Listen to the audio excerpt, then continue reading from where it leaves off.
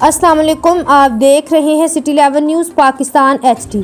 खबर शामिल करते हैं जड़ावाला से। हमारे deputy bureau chief Mohammad Shahzad Bhatti की रिपोर्ट के मुताबिक जड़ावाला कुरान व सुन्नत मूवमेंट्स तहसील जड़ावाला का अजलास हुआ, जिसमें कुरान व सुन्नत मूवमेंट्स के सदर vice chairman market committee Mirza Abdul Hafeez Anjuman, नायब सदर मोहम्मद शहजाद ताज मोहम्मद, चेयरमैन कारी खालिद ज़िया, सरपरस्त आला हाफिज़ अहमद हमीदुल्लाह, दीगर कायदीन कुरान व सुन्नत मूवमेंट्स ने शिरकत की, जिसमें दीनी और फलाही कामों के हवाले से तबादला ख्याल किया गया। इन ख्यालात का इज़हार करते हुए ओहदेदारान ने सख्त गर्मी के हवाले से मुख्तलिफ मकामात पर ठंडे पानी की दारसी के साथ साथ मैयतों के कफन दफन के हवाले से मौज़ूआत ज़ेर बहस आए।